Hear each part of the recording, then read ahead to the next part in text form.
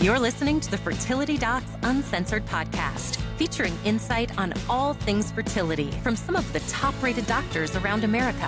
Whether you're struggling to conceive or just planning for your future family, we're here to guide you every step of the way.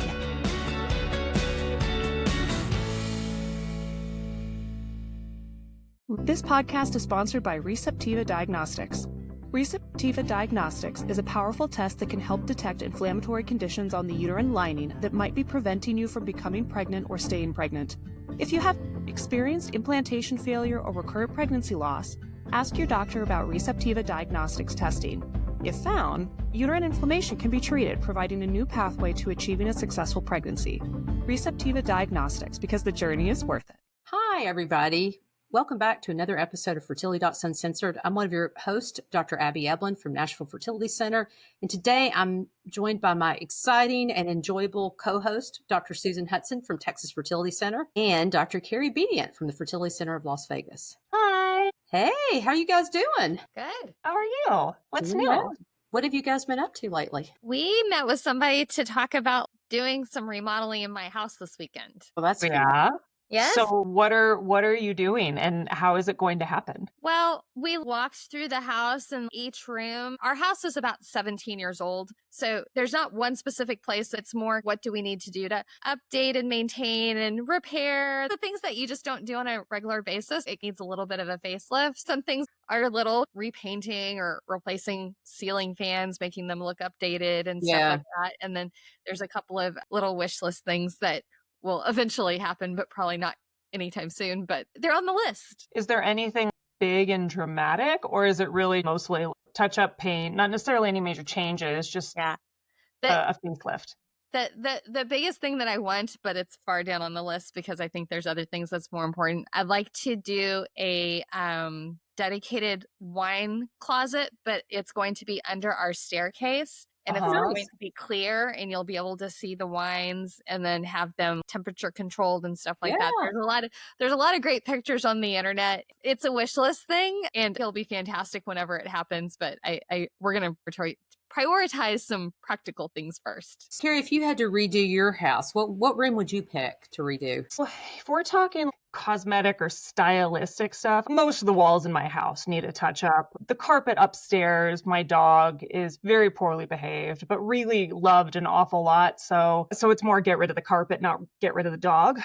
Yep. Although I think that will probably take several years before we're eligible for that. Once those big facelift things are done, I really want to do our downstairs powder room in some absolutely wild and crazy and ridiculous pattern. Our house is generally various shades of blue, and I want to do either a peacock blue pattern with an actual peacock mural on there.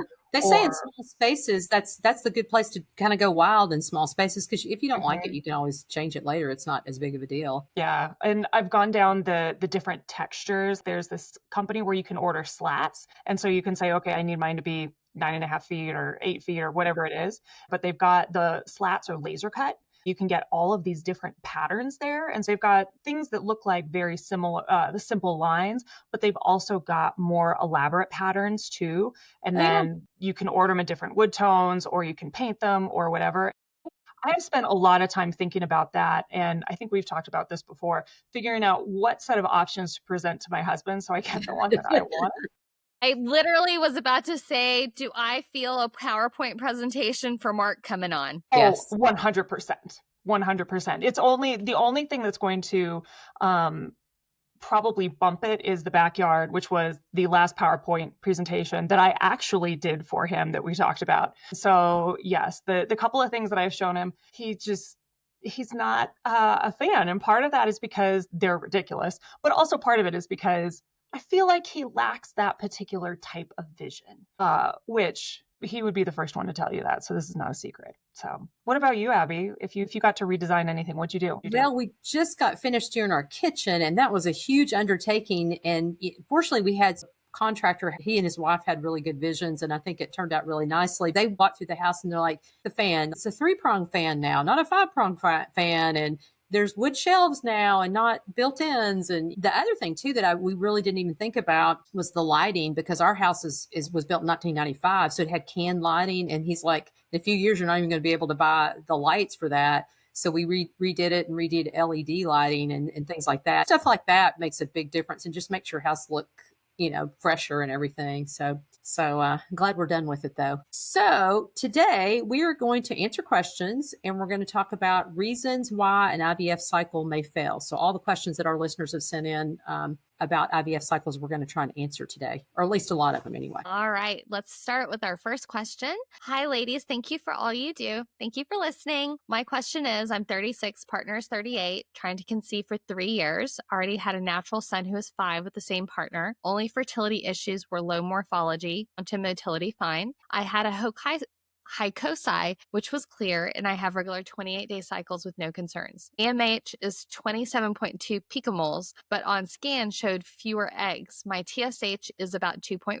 Our first round of IVF was 14 follicles, 10 eggs collected, 9 mature, 9 fertilized, and only 2 made it to day 6 blast. Both PGT tested, both normal. 2 modified natural cycles, 1 with HCG trigger, both with only progesterone pessaries, both failed to implant. Before doing another IVF cycle, what would you recommend? So one thing I would mention to our listeners, based on measurements and a couple of other things, I'm assuming this patient is probably not in the United States. So ladies, what do you think you would target? What was her AMH? It was 27.2 picomoles.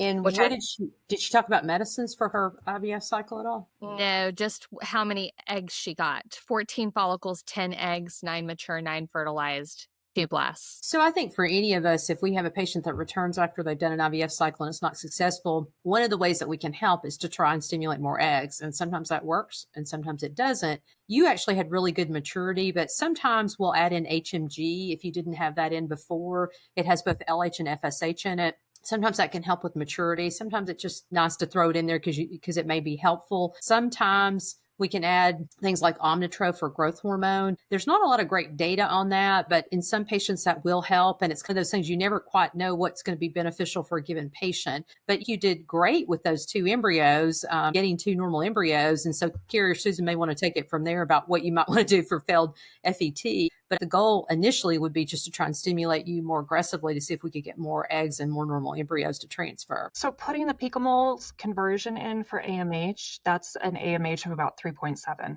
So that's a really good AMH. So I would definitely be more aggressive in stimulating, which is something that, particularly if you are in another country, that doesn't happen nearly as often just because of, all politics are local. Well, all medicine is local too. If you go to different parts of the world, people practice in a particular way. And so the aggressiveness of stimulation is one of those things that might be different. And that's true within the United States as well. I mean, there are some places where you go and you're going to see much more conservative, others much more aggressive. And so it's clinic by clinic as well as region by region. That's one thing that I would definitely consider. The other thing that I would consider, and I will get on this soapbox forever, probably at least 4 more times during this episode today, is the progesterone.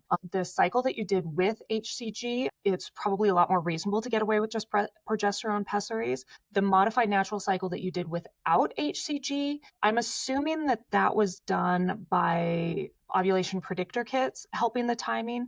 Now, I am so compulsive about progesterone timing that Susan and Abby are both laughing at me here. I can see. No, you've made me compulsive about progesterone timing. I'm the only one in my practice that is really compulsive because of you, Carrie, and I think rightfully so. That just warms the cockles of my heart. I would probably try either progesterone and oil. I think the HCG is a reasonable way to go. When I do modified naturals, I will add in not only HCG, but I'll add progesterone and oil, at least for the first couple of days, because I want to make sure that decidualization, which is the kick in the pants for the uterus to say, get ready for implantation, I want to make sure that happens when we think it's going to happen and at adequate doses, because even if your progesterone levels get up there to where they're supposed to be, we want them to get there as soon as possible so that conversion starts to happen when it should. And then you can always back off later, but that's my favorite soapbox to dance on top of.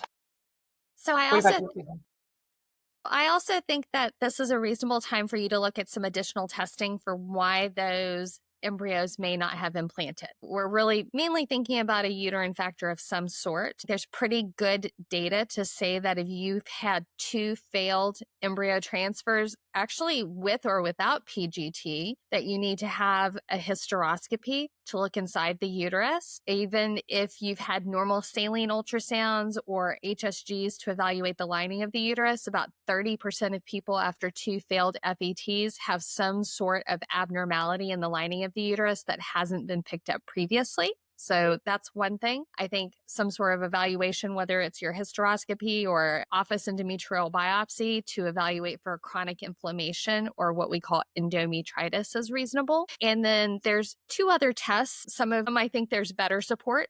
Others I think that there's lesser, but maybe the right people for the right test. So one test is called Receptiva. Receptiva is looking for a chemical called BCL6, which can be in the lining of the uterus. BCL6 has a relationship to endometriosis. Not everybody with BCL6 has endometriosis. Not everybody with endometriosis has BCL6. But if that BCL6 is present and not treated, either surgically or medically, it significantly decreases your chances of successful implantation. The other test is an ERA test, or endometrial receptivity assay. There is some data to say that it might be helpful. There's some data to say that it is not helpful. Carrie and Abby aren't believers. I am a believer that I think it helps in some people. I think there's a population for it. So, and it's something that's still out there. So plus or minus on the ERA, but I think we all kind of vote yay for hysteroscopy and Receptiva and chronic inflammation testing. So in addition to getting more embryos and maybe changing up your FET, doing a little more additional testing, another thing that I tend to do in this type of situation is also look for something called antiphospholipid antibody syndrome. APS is a condition that is an acquired blood clotting condition. We usually look at it in people who have recurrent pregnancy loss. But quite frankly, if I know I've put 2 chromosomally normal embryos in your uterus, I think that's a reasonable time to look for a blood clotting disorder that's present in a small amount of the population. And if that's present, then you may be a candidate for blood thinners. I think we're all pretty stingy with blood thinners. Blood thinners are not risk-free, and they can have some serious repercussions. So we want to make sure that people have real reasons to take blood thinners, but those people who do have the real reasons, it can have a pretty big effect. Very good. Exciting news from Fertility Docs Uncensored. Our long-awaited book, The IVF Blueprint, is now available. Go now to pre-order your copy to learn everything you need to know about IVF, egg freezing, and embryo transfer. Did you know that you can cram decades of experience, science, and heartfelt advice into a book, and then the whole thing hinges on what happens in week 1? Yep, week 1 is basically the prom queen election of publishing. So if you've ever thought, I should check out the IVF Blueprint by the Fertility Docs Uncensored's crew, now is your moment to shine. Buying it early tells bookstores, hey, stock this. It tells publishers, people care about this. And most importantly, it helps get real information into the hands of people staring down fertility treatments with more questions than answers. The book's called The IVF Blueprint. It's for folks considering IVF, already in the thick of it, or just trying to figure out what the heck their doctor is talking about. Help us help more people, and maybe confuse a few algorithms while you're at it. All right. So another question for us, Susan? Okay, our next one. Hi there. I'm 38, been trying to conceive for over 5 years, 3 years of IVF. I've had 3 egg retrievals, 1 at 34 and 1 at 35, 8 transfers, 4 euploid, 5 untested. I've had 1 miscarriage at nearly 7 weeks from a euploid embryo and 7 failed implantations. All tests for both me and my partner, including karyotypes, came back normal. I'm now being advised to consider either surrogacy or using an egg donor. I'm unsure which path to take. How can I know which one might work? How do I make this decision? Thank you. Whew, that's a big one. That is a big one. There's a lot. There's so much discussion that has to happen in cases like those. It is very challenging. So not knowing your entire medical history, I would first dive into that. Start with the basics. What is your weight? What is your general health status? Are there things that you have that are not yet diagnosed or not treated? Diabetes is a big one here. Rheumatoid disease can also be a big thing, lupus, and that type of diagnosis. We want to make sure that that's all as optimized as possible. Are you an autoimmune type person where your thyroid and some ovarian antibodies and a little bit of this and a little bit of that all contribute. And so you may have some factors going on there. I think a lot of the things that we talked about with our prior discussion about optimizing the uterus and do you have adequate progesterone and all those things, that entire discussion applies here.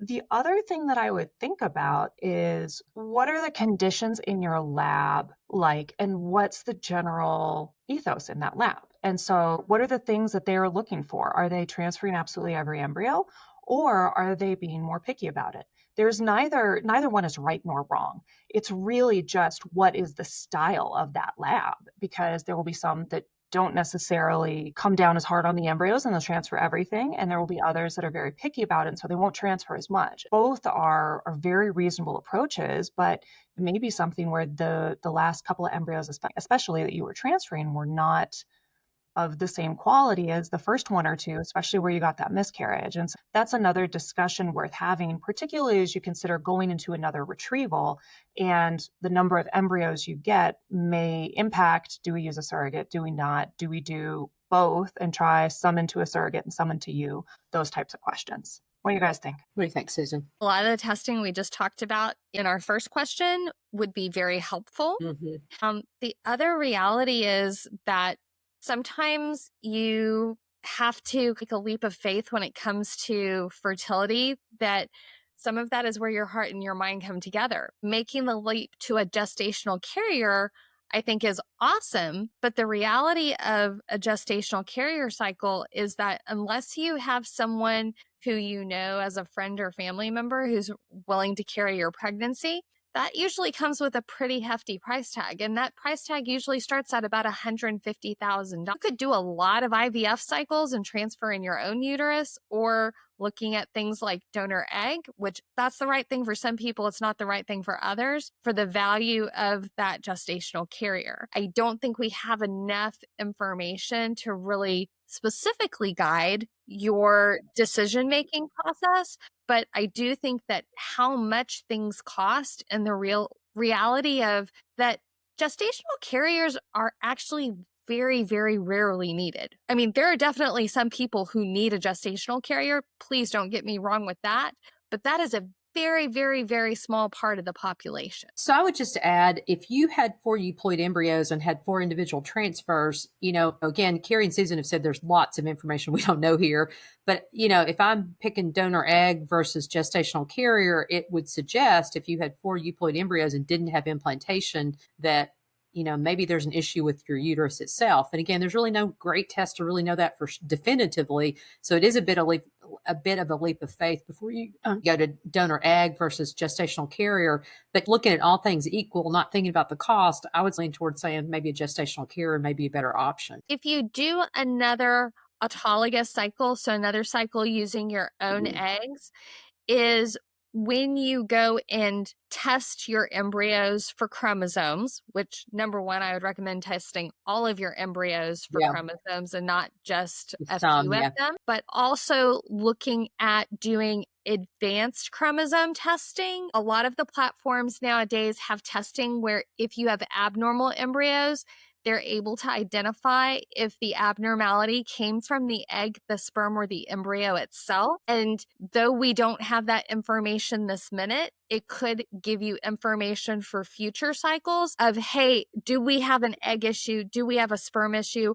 Or is it just fluky things that are happening with our embryo that if you end up with 10 embryos to be tested and you have half of them that are chromosomally normal and half of them are abnormal, and every single one of them is derived from the egg, that's going to point you in a different direction than if they're a mix or male factor or whatever. One thing to consider that we haven't really talked about yet is DNA fragmentation for the sperm. And that may be something that is useful to find out. Again, tracking down, is this an egg issue, a sperm issue, a uterine issue? It's worth looking at that and also looking at your husband's health. Are there any things that can be adjusted there? Smoking, alcohol, marijuana use, particular health issues, weight, all of the typical things we talk about with lifestyle, those all apply to the sperm too. We can't forget our little swimming friends because they are half of the equation. And even though you have embryos, that doesn't mean you didn't have any male factor. Right. Starting a family is one of life's greatest adventures,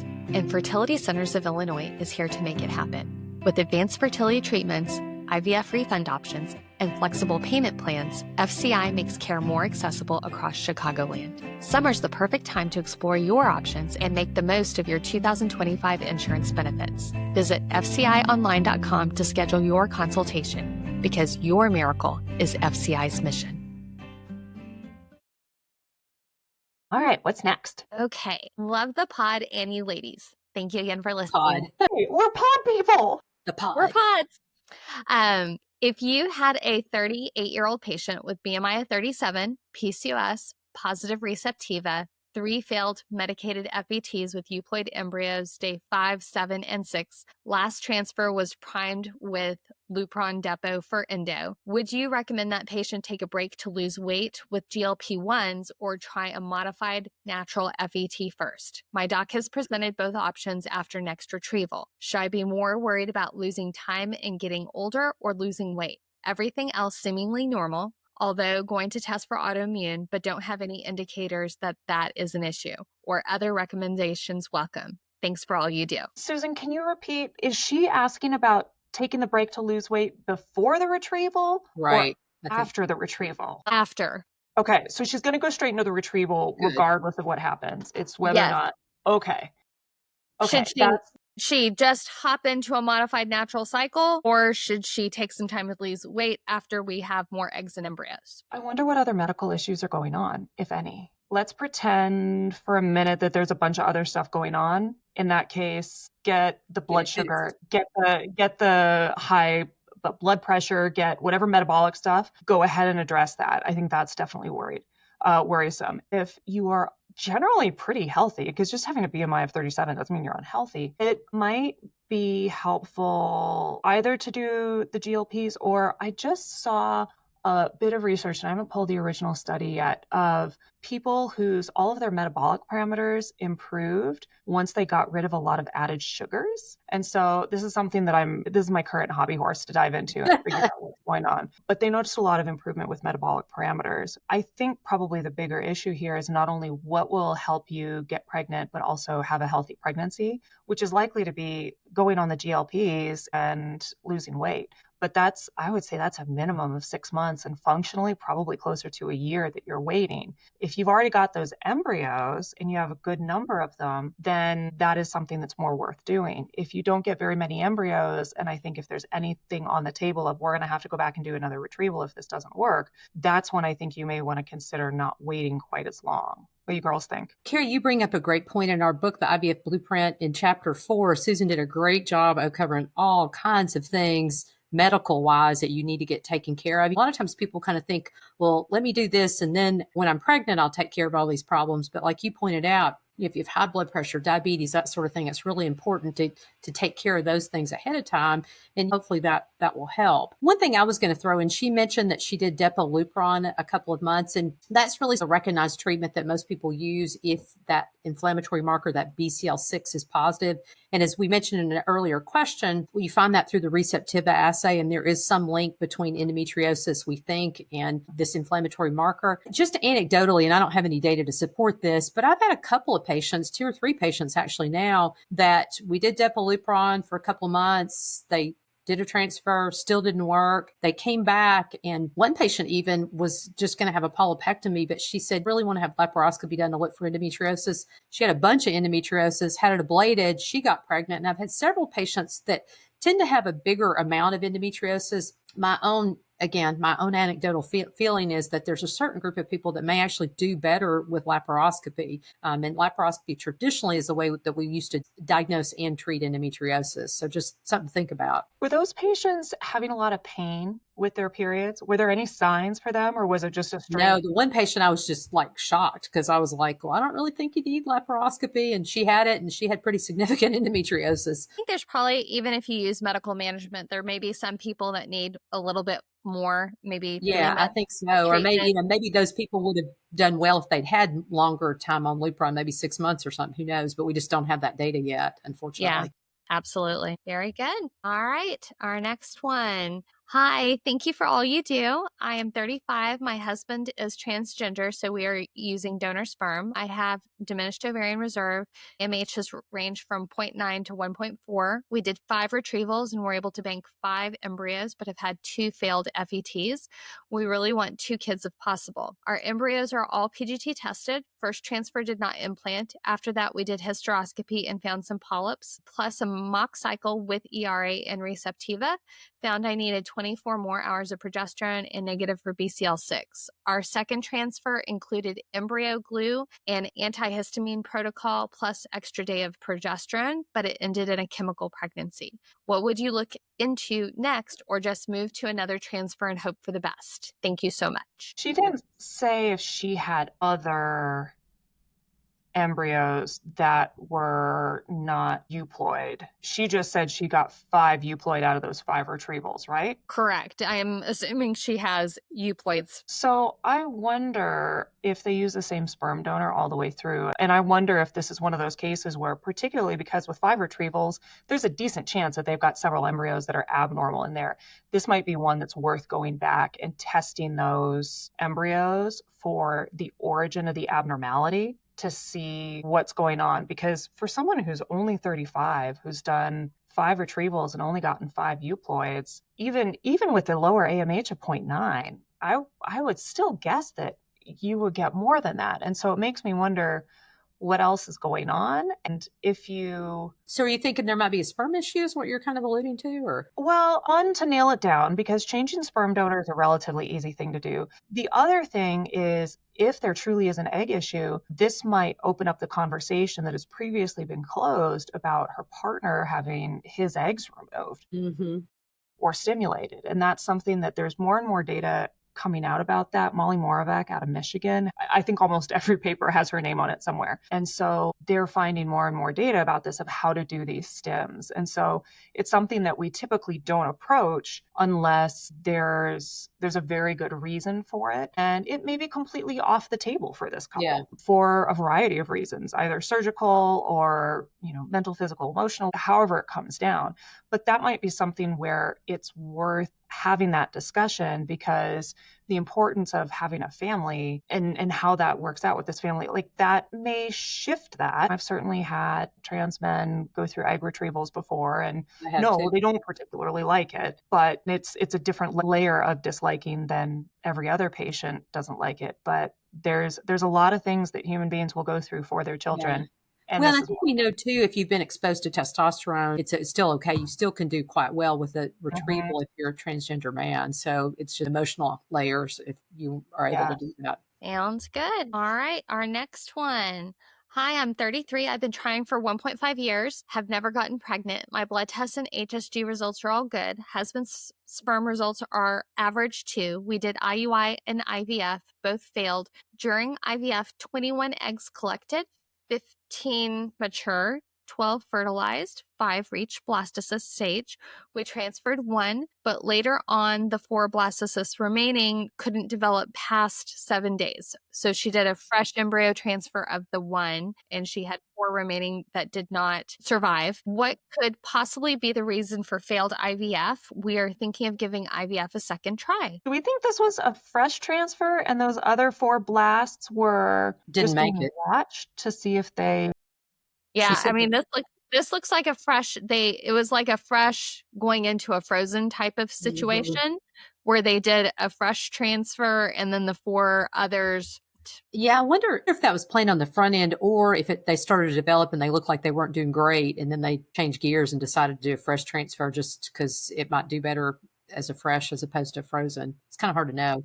There's some clinics who do that routinely, is they like to do a fresh transfer. Looking at things from my perspective, I would say if you did another IVF cycle, I would probably add omnitrope or growth hormone to your stimulation. In my experience, I don't necessarily tend to get more eggs, but I tend to get better quality embryos and more chromosomally normal embryos for whatever reason. I think that you do have a chance that you might end up with the same result, but there's also a reasonable chance that you could end up with a better result and a pregnancy out of it. So I wouldn't say the door is closed, but I think it's something that I would definitely want to change things up. Make sure you're taking some CoQ10, help with egg and potentially embryo health down the road, making sure we don't have any DNA fragmentation in the sperm. I've seen situations like this before where that's an issue as well. Yeah, and I would tell the listener too that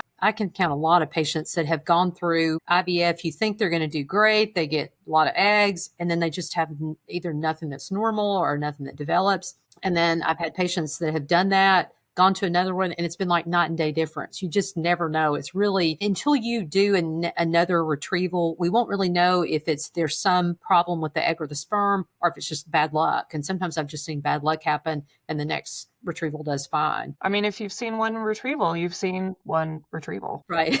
Crap, I had something really deep and wonderful and insightful. It's gone. I'm sure you'll think of it before too long. You'll come Ah, All right. We want to do one more? wait, Oh, I know. okay. It's if you're doing a fresh into frozen cycle where you're doing a fresh transfer, go back and be very meticulous about thinking about all the parameters that were going on. This is less related to the embryo itself and the egg quality. This is more related to the ability of that particular embryo to implant. Were there things like your progesterone rising before your trigger? Did you get a Lupron trigger? What is the hormonal environment? Were your estrogen levels crazy high? All of those things are helpful to look at because there are some fresh cycles that go into transfers that really are ideal for transfers and they're great, but there's an awful lot of things that can throw a wrench into it. And so Like that may be something that's progesterone or things like that. Yeah.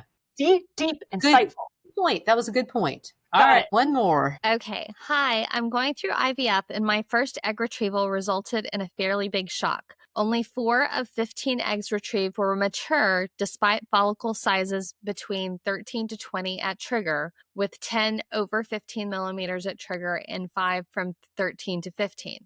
I'm trying to understand what may have caused this, as well as future protocol adjustments to try to boost the number of mature eggs. Do you have any suggestions? More details about my protocol and history. Unexplained infertility, 34-year-old female, partner 34-year-old male.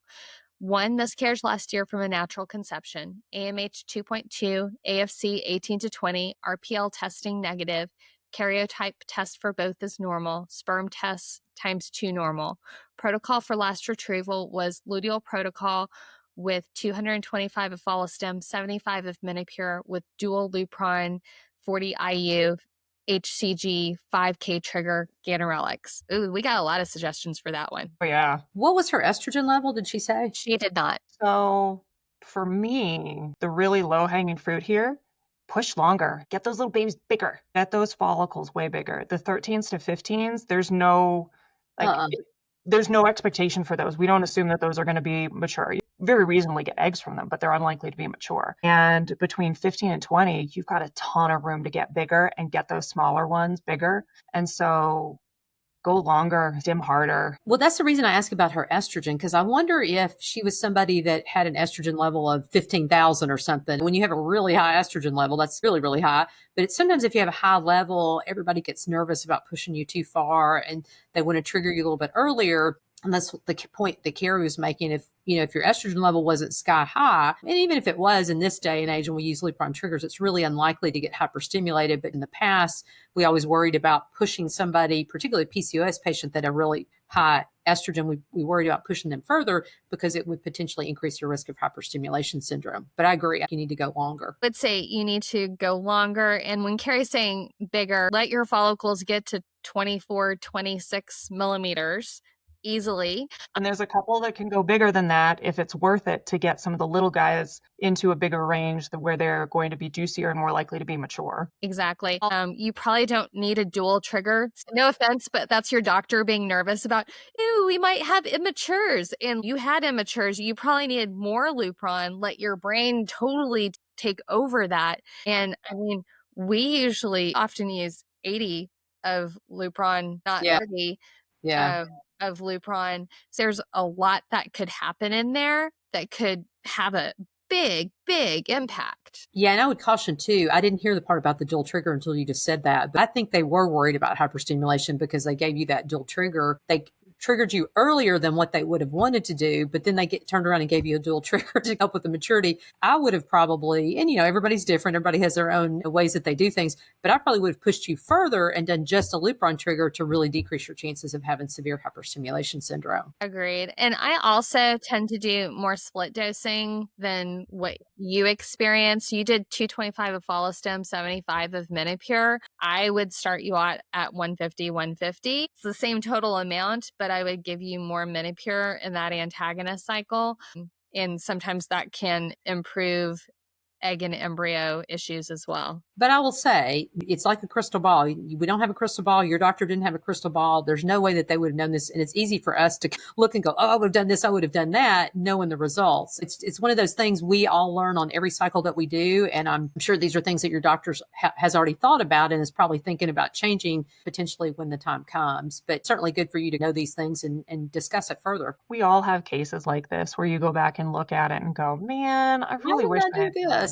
Yeah. This, that, and the other thing. And there's just as many cases where you're like, no, I would have done the exact same thing again. Yeah. One of the advantages of having a second set of eyes on it is just to say, hey, did you think about X, Y, and Z? And maybe make those changes. Very rarely do we go back after a failed cycle that any of us have run and do the exact same thing. Very, very rarely, unless it's one of those that we essentially did the Hail Mary, everything in the bucket of tricks because of poor prognosis. Most people, there's something we can change. And so just because we're wanting to change something doesn't mean something was done wrong. It's that IVF is not only therapeutic in that we're helping you try to achieve pregnancy, but it's also diagnostic. There's just some things we don't know until you're going through your stimulation and we see your eggs and sperm in a dish to see how they are going to interact. And there's a lot of great things in our upcoming book where we talk about all these different medications. And so if you want to know more about them, because it's, it's hard to know the ins and outs by just looking at the internet, there's a really great chapter on all the different medications that your doctor may consider using. And one way in the normal world to think about this when we're talking about tinkering is,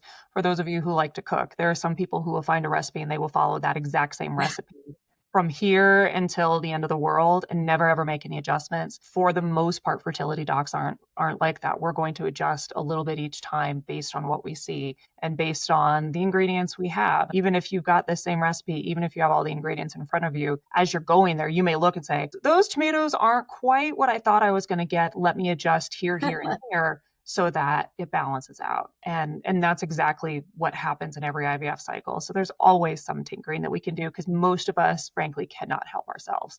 We're always looking to make it better. This was a great episode. So to our audience, thanks for listening and subscribe to Apple Podcasts to have next Tuesday's episode pop up automatically for you. Also be sure to subscribe to YouTube. That really helps us spread reliable information to help as many people as possible. Visit fertilitydocsuncensored.com to submit questions and sign up for our email list. Keep an eye out for our book being released on September 23rd. Hint, hint, you can pre-order now. Hint, hint. And check out our Instagram and TikTok for quick hits of fertility tips between our weekly episodes. As always, this podcast is intended for entertainment and is not a substitute for medical advice from your own physician. Subscribe, sign up for emails, and we'll talk to you soon. Bye. Bye. This podcast is sponsored by Receptiva Diagnostics. Receptiva Diagnostics is a powerful test that can help detect inflammatory conditions on the uterine lining that might be preventing you from becoming pregnant or staying pregnant.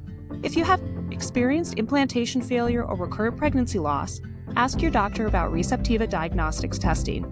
If found, uterine inflammation can be treated, providing a new pathway to achieving a successful pregnancy. Receptiva Diagnostics, because the journey is worth it.